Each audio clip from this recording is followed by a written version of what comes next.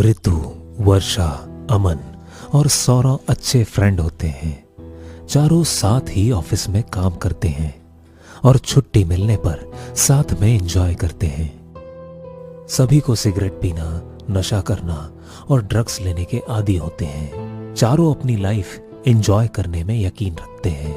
अरे यार, कुछ दिनों से वर्कलोड इतना ज्यादा बढ़ा हुआ है, मत पूछो। इस काम के चक्कर में तो हमारी आधी जिंदगी ऐसे ही गुजर जाएगी। क्यों ना इस वीकेंड हम लोग कुछ धमाल करें? हाँ चलो, पब में पार्टी करने चलते हैं। अरे नहीं यार, पब तो हम हमेशा जाते रहते हैं, इस बार कुछ हटके करते हैं। वीकेंड आ जाता है। अमन पार्टी करने के लिए सबसे ज्यादा उतावला हो रहा होता है। उसे नशा करने का बहुत शौक था और वो जब ऑफिस कामों से फ्री होता तो नशा करने लगता था। इस बार पार्टी करने के लिए मैंने पूरे कार की डिग्गी फुल करा रखी है। क्या यार अमन, तू भी ना इतनी शराब पिएगा तो क्या होगा तेरा? अरे यार, मौत से इतना क्यों डरना, जितने दिन जीना है मजे से जीना है। वीकेंड की छुट्टियों पर चारों गाड़ी से निकल पड़ते हैं। रात भर दारू पीकर तेज रफ्तार में गाड़ी चलाते हैं और लाउड म्यूजिक बजाकर डांस करते हैं। अमन नशे में चूर होकर गाड़ी चला रहा होता है। उसे कुछ सही से नजर नहीं आ रहा होता। चारों शहर से काफी दूर निकल चुके होते हैं और वो चलाते चलाते एक पेड़ को ठोक देता है। वहां पर चारों तरफ जंगल होता है। अरे यार अमन, ये क्या किया तूने? सुनसान काली रात में अब हमें मैकेनिक भी नहीं मिलेगा यार। यहाँ से जाना भी कौन चाहता है? मैं तो इन जंगलों में खो जाना चाहती हूँ। इसे तो पूरी तरह चढ़ गई है। अब इन दोनों को रोकना मुश्किल ही नहीं नामुमकिन है। अमन और रितु जंगलों में इधर उधर घूमने लगते हैं। तभी उस जंगल के बीच एक कब्र होती है।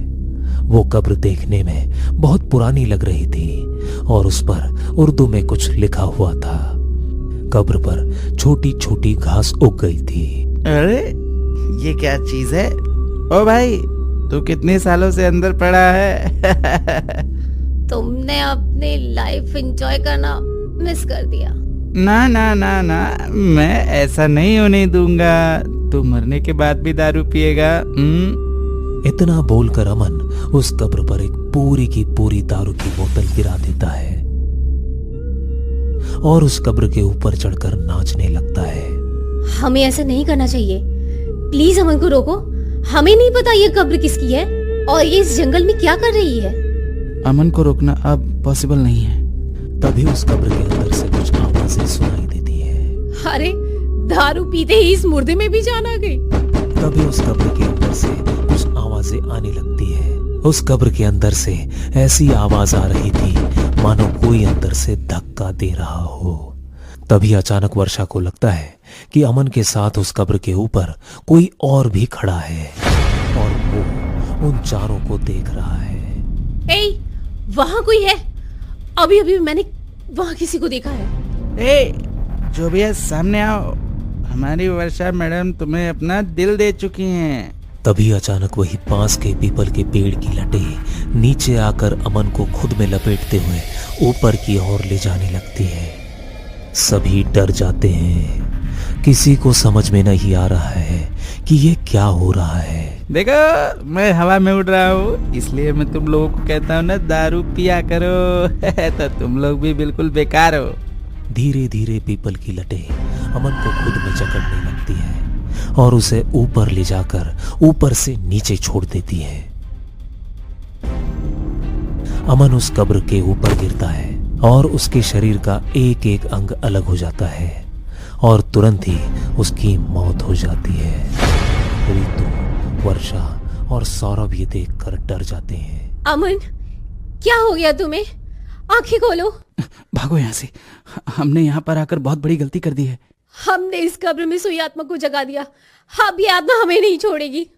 तीनों वहां से अपनी जान बचाकर भागने लगते हैं, लेकिन तीनों के पीछे एक सालों से कोई खतरनाक आत्मा पड़ जाती है। अचानक से वहां पर तेज हवा चलने लगती है और सारे पत्ते उड़ने लगते हैं। तीनों एक दूसरे से अलग हो जाते हैं। ऋतु नशे में भागते हुए उस कब्र के पास वापस पहुंच जाती है। अरे मैं वापस यहाँ कैसे पहुंच गई? तभी अचानक अमन के शरीर का बिखरा हुआ हिस्सा अचानक जुड़ने लगता है और वो किसी खूंखार प्राणी की तरह बन जाता है और वहां रितु के पीछे भागने लगता है। रितु वहां से अपनी जान बचाकर भागती है। अमन, होश में आओ, मैं तुम्हारी दोस्त रितु। अमन दौड़ते हुए रितु का गला पकड़ लेता है।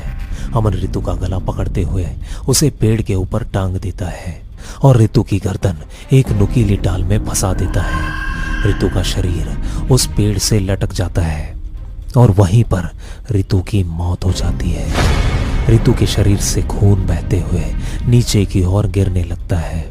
वर्षा जंगल में भागते भागते उसी पेड़ के नीचे पहुंच जाती है जहां पर रितु की लाश टंगी हुई होती है। सौरभ, रितु, कहाँ हो तुम दोनों? मुझे बहुत डर लग रहा है। तभी वर्षा के ऊपर खून की बूंदें टपकने लगती है।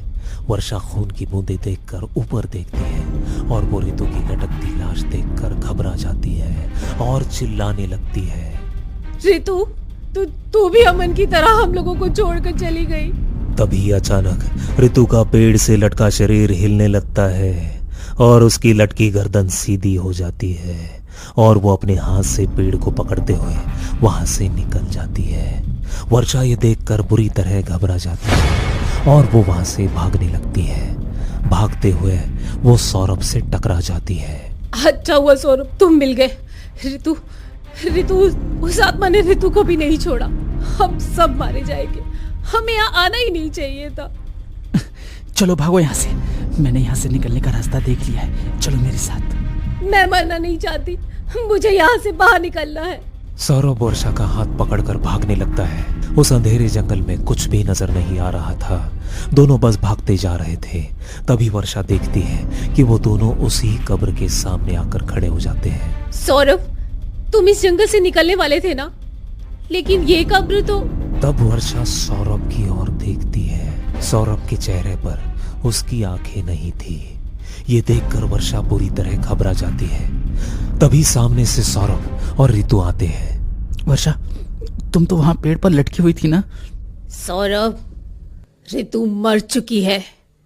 मुझे पता है यह बात तुम्हें इस रितु ने बताया होगा। मुझे तो कुछ समझ में नहीं आ रहा है, सच क्या है और क्या झूठ है? तभी रितु सौरभ के गले पर हमला कर देती है और उसका खून पीने लगती है। वर्षा डर के मारे वहां से भागने लगती है, लेकिन उसके पीछे अमन भागता हुआ आ रहा था। रितु का पैर किसी चीज में उलझ जाता है और वो वहीं गिर जाती है। अमन उसका पैर पकड़कर खींचता हुआ उसे उस कब्र के पास ले जाता है। वहां पर सौरभ की आधी खाई हुई लाश पड़ी होती है। वर्षा उसे देखकर बुरी तरह डर जाती है। ये क्या कर दिया तुम दोनों ने?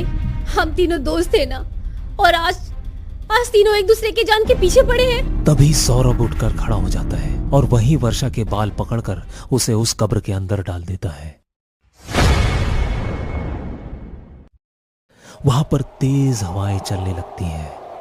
खूनी रात में सारे दोस्तों की जान ले ली होती है। चारों एक गुमनाम मौत मर जाते हैं।